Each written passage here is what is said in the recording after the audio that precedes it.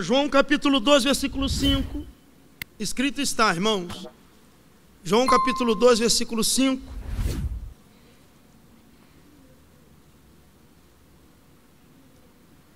Sua mãe disse aos empregados: fazei tudo. Gente, nós estamos lendo a Bíblia, aqui tem telão, tem Bíblia, vamos conectar. Evangelho de João capítulo 2, versículo 5, 1, 2, 3, vocês.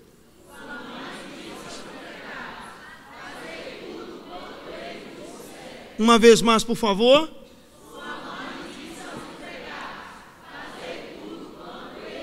Pela terceira e última vez, 1, 2, 3.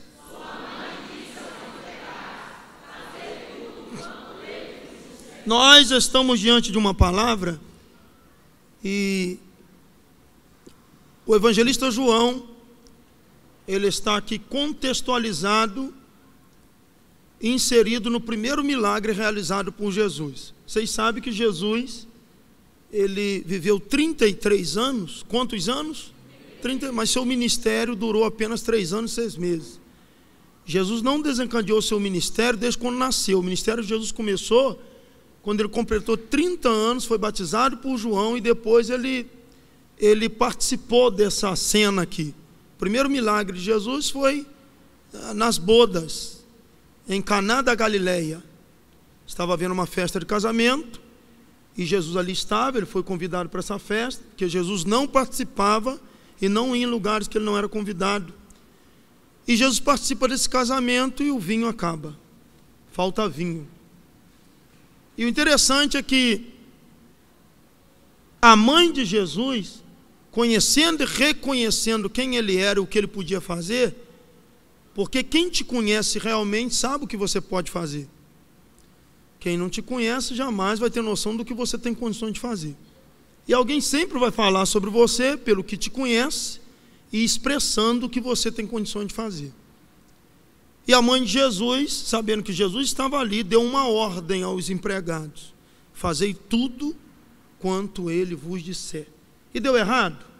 Não, eles fizeram, eles obedeceram e o milagre aconteceu e a festa continuou, porque Jesus operou esse milagre, onde ele transforma água em vinho. Eu aprendo aqui que o seu milagre e a sua bênção estará exatamente no caminho da sua obediência. Se você não trilha o caminho da obediência, a plena obediência, a obediência como tem que ser, você não vai receber milagre. Entendeu? Para todo milagre, para toda bênção, se assim posso dizer, haverá uma condição, que a gente chama de condicional. Está condicionado, o milagre está condicionado a uma regra. A bênção, ela é condicionada a uma regra. Então, quando a mãe de Jesus diz assim: fazei tudo quanto ele vos disser, ela abre os olhos daquelas pessoas e ela prepara o ambiente para o milagre que aconteceria, onde a necessidade seria suprida. Então, onde é que você vai alcançar o milagre, a transformação, a felicidade, a paz, a harmonia conjugal? No caminho da obediência. Com Deus, olha aqui para mim, por favor, com Deus não resolve os achismos. Com Deus, achismo não resolve. Eu penso assim, eu imagino assim, é o meu jeito assim. Por isso que você anda se lascando o tempo todo que não resolve. Com Deus, se você está aqui nesse ambiente, na casa dele, no ambiente dele, ouvindo o que é dele, comendo o que é dele, você precisa ter essa autoaceitação e entender que com Deus só funciona do jeito dele. E o jeito de Deus está inserido na sua palavra. Ou seja, o que Jesus disse, vocês fazem. O que Jesus mandar, vocês farão. Então funciona assim. Diga para alguém que está do teu lado aí para começar: funciona assim. De outro jeito, não funciona. Porque a gente vai observar em muitos lares, em muitas famílias, em muitos casamentos, patinando o tempo todo. Casamento de fachada, né, só tem aparência. casamentos que alguém segura a onda para não acabar, porque se fosse depender do outro já tinha acabado. A gente vai observar casamento em que um sacrifica mais, a gente vai observar relacionamentos em que há uma desordem tremenda, porque os papéis não estão sendo cumpridos. Eu não sei se é por falta de clareza dos papéis, porque no relacionamento cada um tem que ter essa imagem bem clara do seu papel, mas para dar certo nós temos que seguir. Seguir o quê? Seguir o quê? Pergunte, seguir o quê? Seguir os princípios que foram estabelecidos para uma família, para um lar. Nós vamos falar sobre relacionamento entre marido e mulher, vamos falar entre pais e filhos, vamos falar tudo aquilo que envolve um lar. Então, para dar certo, você precisa se permitir a seguir princípios. Não tem jeito, não tem jeito. Você pode orar pelo milagre do marido, pelo milagre na esposa, pelo milagre nos filhos. Se quebrar regra, eu já quero abrir os seus olhos aqui nessa manhã, como ando abrindo. Se quebrar regra, não tem oração que contorne uma regra que foi quebrada. Não tem jeito. Vai pagando preço, vai sofrendo por toda a vida. Isso acontece não só nos relacionamentos. A pessoa consigo mesmo, ela se torna vítima, presa do seu jeito ignorante de pensar. Foi o que eu disse. Tem que entender que eu sou assim. Eu sou dessa maneira, eu penso assim. Mas a Bíblia diz assim, mas eu acho. E aí a pessoa ela se torna presa dela mesma, desses achismos, desses pensamentos, de tudo aquilo que entulharam você. Porque a religiosidade entulha, entendeu? Líderes religiosos ao extremo entulham o povo, e as pessoas deixam de ser livres, quando na verdade o casamento ele precisa ter um ar de liberdade. Está na igreja, você tem que viver num ambiente como você se sente em liberdade, você é livre. Nenhuma aliança que você vá fazer pode te trazer aquele peso que você está preso, que você se tornou uma vítima, ou que você agora é um produto de manobra. Não é isso, não foi isso que Deus estabeleceu. As coisas têm que acontecer suavemente, naturalmente.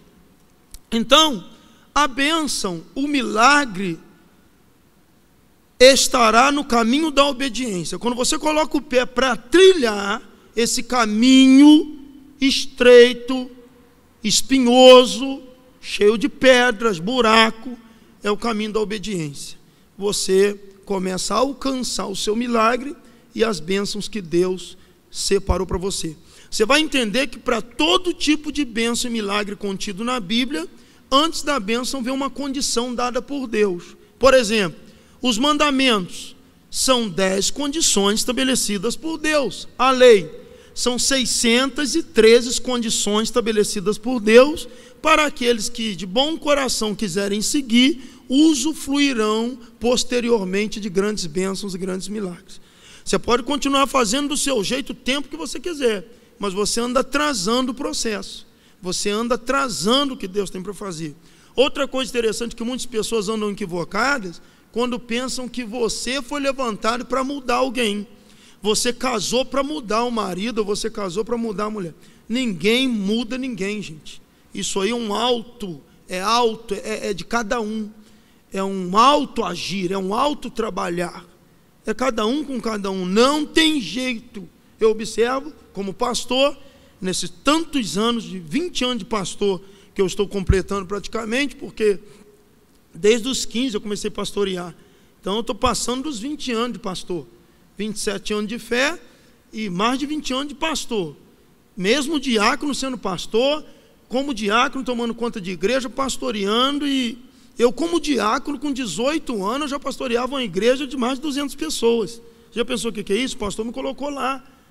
Então, nessa experiência que eu tenho, eu fico observando que o problema maior das pessoas é atirar, é querer que de lá para cá venha, é querer que alguém mude. Essa casa vai mudar quando esse homem virar homem. Essa casa vai mudar quando essa mulher virar mulher.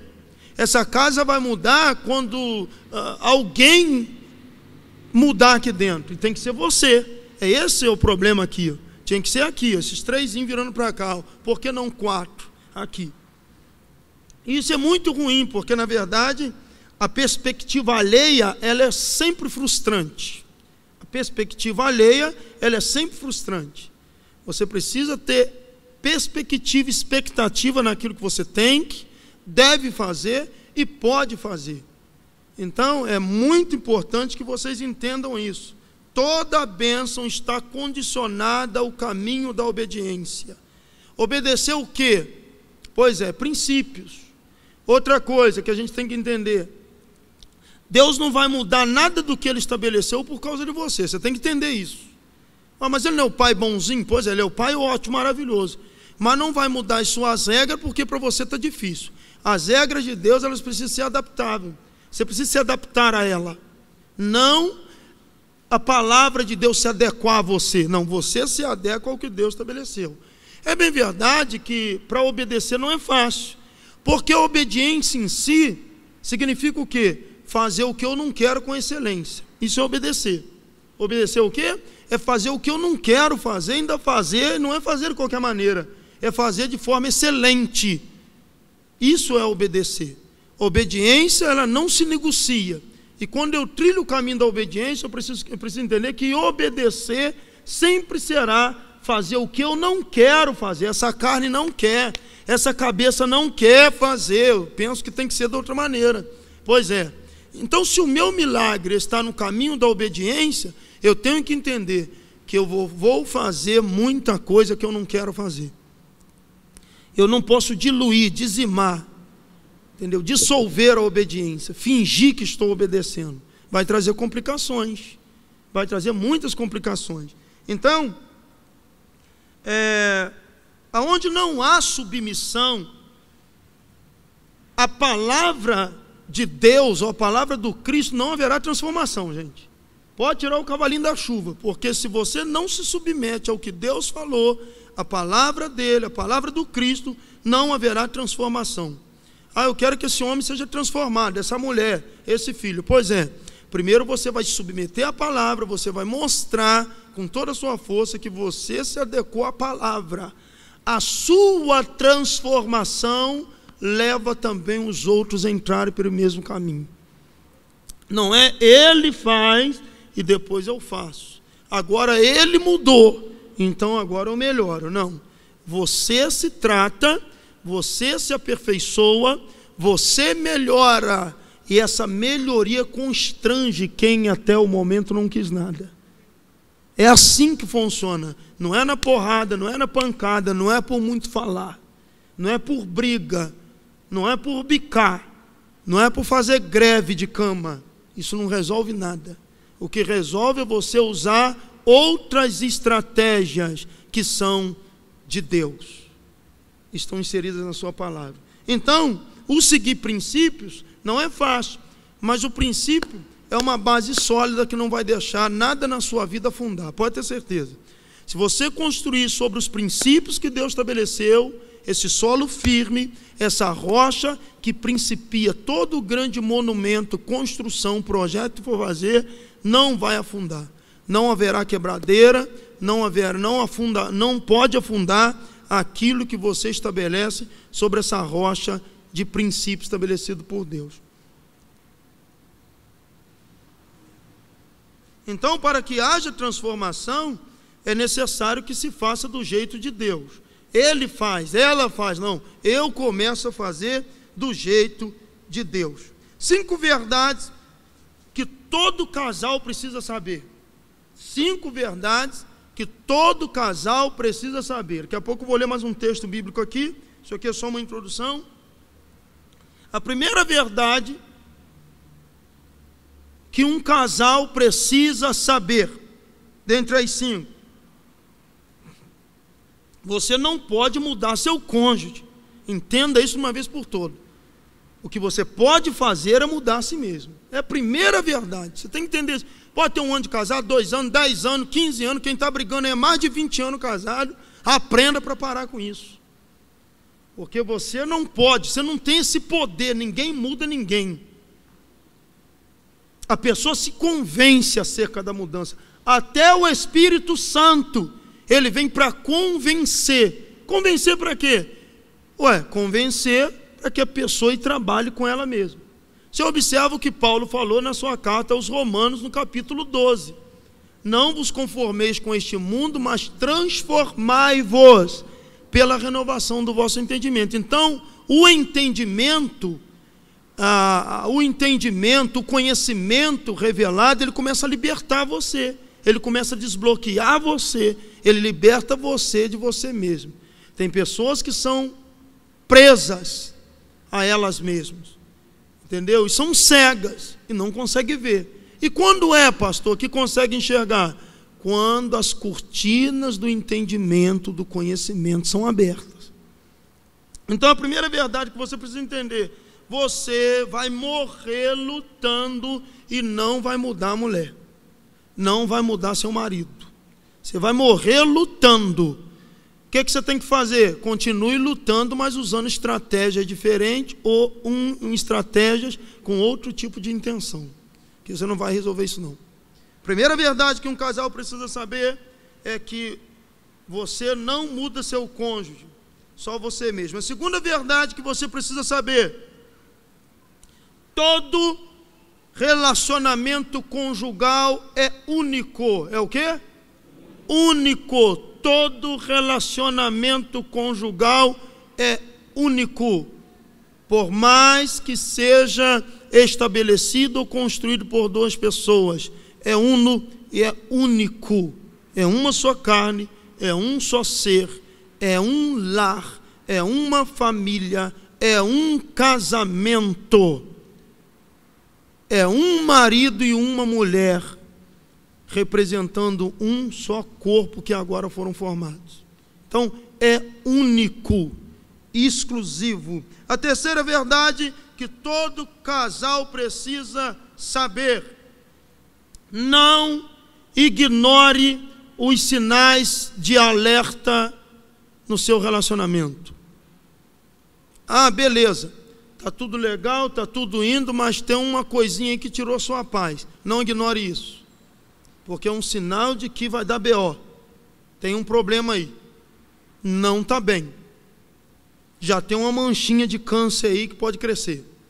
Então não ignore isso. Não, vou deixar para ver o que vai acontecer. Então deixa e brinca, que depois você vai ver onde vai parar. Então a terceira verdade que um casal precisa entender, que uma família, deixa eu abrir um parênteses aqui, que uma família precisa entender: não ignore os sinais de alerta. Caramba, você está vendo que a mulher não está bem? Você está vendo que está indo por um caminho que vai desviar, vai quebrar princípio, vai sair da igreja. Não ignore isso. Não ignore a correção, que é um grande sinal de alerta para edificação. Eu já vivi isso aqui. Fui corrigir uma esposa, o marido ficou chateado, ambos saíram daqui e hoje o casamento acabou. Foi destruído, porque Deus me usou para corrigir. Ele tomou as dores, não ofendi, não maltratei, coisas que muitas pessoas não conseguem discernir: o que é ser firme numa colocação como líder e o que é ser ignorante, maltratar ou humilhar. As pessoas hoje não estão conseguindo entender o que é firmeza na liderança. Firmeza em liderança é sinônimo de que me humilhou. Na verdade não é isso. Às vezes uma pessoa que te ama, um pastor, um pai, um marido, ou quem te ama, vai te corrigir firmemente com as suas palavras, nas suas colocações, e você diz assim: fui humilhado, o que falou para mim eu não aceito, aqui eu não fico, eu vou embora. E isso aí, a corda arrebenta, faz a corda arrebentar. Então eu fui corrigir uma mulher, coisas que o marido já vinha sofrendo, e um dia ela quis externar isso aí diante de mim, e na hora eu parei, eu travei na hora, porque vocês podem ver o pastor João Caetano rindo, às vezes brinca um pouquinho, conversa, mas para corrigir e mudar a cara é 2 minutos, 2 minutinhos, está errado, isso aí não é assim, você é uma menina, você é manhosa, você tem que amadurecer, você está agindo como uma moleca, e não é por aí. E falei firme: eu vou embora agora. Vai com Jesus. Ninguém está te expulsando daqui, mas vai com Jesus. É isso. eu não tenho que estar num lugar só porque aquele lugar até o momento simplesmente é bom para mim. O ser bom para mim não vai me abster de uma correção, de uma exortação, de um sacode. É um casamento. Casamento só é bom porque um dá beijinho no outro, flor, bombom, flor, beijinho. Não, tem dia que o pau quebra, tem dia que parece com uma panela, vai sair voando para a janela. Então o casamento tem que acabar agora porque não está bom mais para mim. Não é isso. Isso não é casamento. Ué, a cruz não foi boa para Jesus, ele topou até o fim. Então os imaturos, as meninas, os meninos que se casam por causa de sexo, não têm maturidade para aguentar a pressão. 3 anos de casamento, 7 anos e depois dos 20 anos. Porque não receberam estrutura, informações que estrutura. A estrutura está aqui. Um casamento não é feito porque tem dinheiro para comprar os móveis, porque já comprei uma casa, porque estou comprando um lote, porque tem condições de sustentar uma mulher. Isso é básico. Um casamento se consolida pela estrutura que a pessoa tem aqui, ó. Isso é casamento. Porque coisas você pode ter e pode não ter. Mas se você tiver estrutura aqui, o casamento não acaba por causa de coisas. Uma mulher que se achega a um homem porque ele tem, ou fica à procura de um homem que tem, ou fica na igreja caçando quem tem, o dia que esse cara não tiver, você vaza, fica arrebentar todo mundo e vai todo mundo para o inferno. Agora, um casamento que é feito debaixo da bênção de Deus, onde se tem aqui, ó, se tem aqui, é diferente do ter aqui, ó. Porque isso aqui enche e esvazia, mas aqui e aqui tem que ter um padrão só. Você está aí ou não? Então eu fui corrigir, aí tomou as dores, e por idiotice do marido, ele não discerniu que Deus estava me usando para acordar ela, porque ela precisava daquele chacoalhão. Caramba! E aí o casamento acabou hoje. Divórcio, separação. Por quê? Por causa dos achismos, quebra de princípios. Ah, isso para mim é pesado, eu não faço, não quero, eu penso assim, tem que ser do nosso jeito. E aí deu onde deu, chegou onde chegou. Então, não ignore os sinais de alerta. Outra coisa, pais e filhos. É muito interessante que se entenda isso. Alguma coisa aí que você tem que levantar a antena. Aí os pais ignoram isso, é um sinal de alerta. Lá na frente, a situação vai ficar descontrolada ou incontrolável. Entendeu? Você não pode soltar as rédeas e deixar as coisas acontecer dentro da sua casa como a vida. Deixa a vida me levar. Não, não pode. É um conselho, o terceiro conselho que eu quero deixar para os casais, para as famílias que aqui estão. Não ignore o sinal de alerta.